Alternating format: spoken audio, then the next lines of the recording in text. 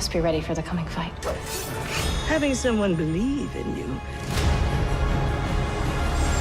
is the most powerful form of magic there is.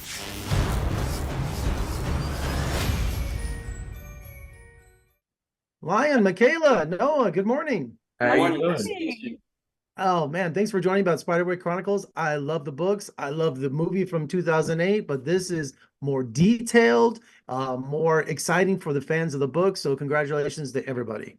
Thank you so much. Thank you. It means so much.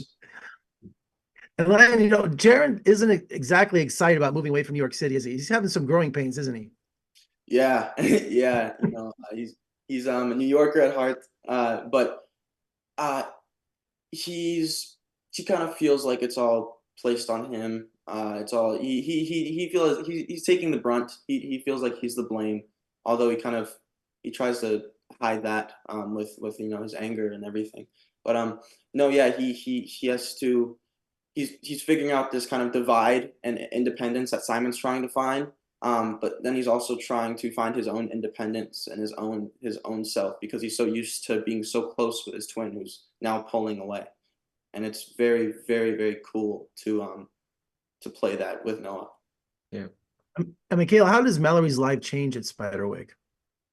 Oh my gosh, it completely flips around. Not only is she in a different town with different people, her fencing is completely, uprooted. And then there's fairies. And it takes her a couple of episodes to realize that it's actually happening. But it's completely flipped around, and she grows a lot throughout the season, which I love to portray. And Noah, what does Simon think of this hidden world he's discovered literally in his own backyard? Yeah. I think for Simon, definitely he definitely enjoys it. Simon, he loves creatures, loves animals. He's very compassionate with them. So being able to see all of these things for him, he definitely is enjoying it.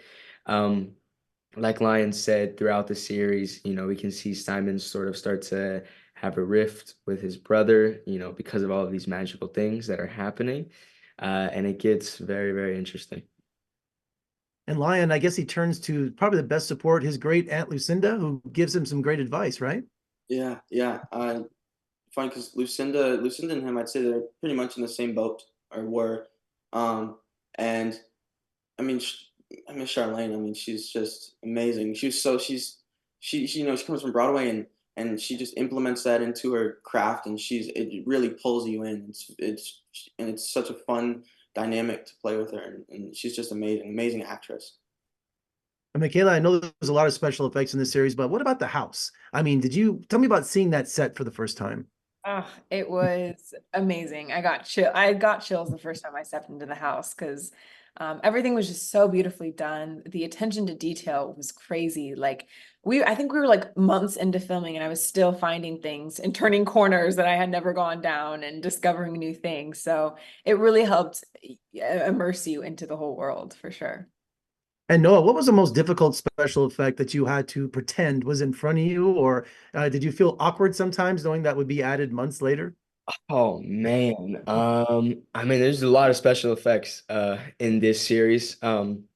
But like for example, I mean, even filming with Thimbletack, we would have a guy off screen, Keith, who is doing the voice of Thimbletack, and we would just have a little puppet of Thimbletack. It's like a 1-to-1 ratio. It's pretty realistic. It's like maybe a foot tall.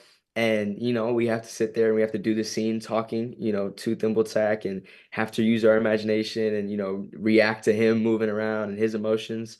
And for me, it's not as difficult just because, I think it almost helps in a way. You can just run wild with your imagination and you can imagine, anything. But it was a lot of fun. Yeah. Well, congratulations on the series, guys. It's fantastic. I appreciate your time this morning. Let's talk again soon. Thanks so much. Thank you so much. Have a good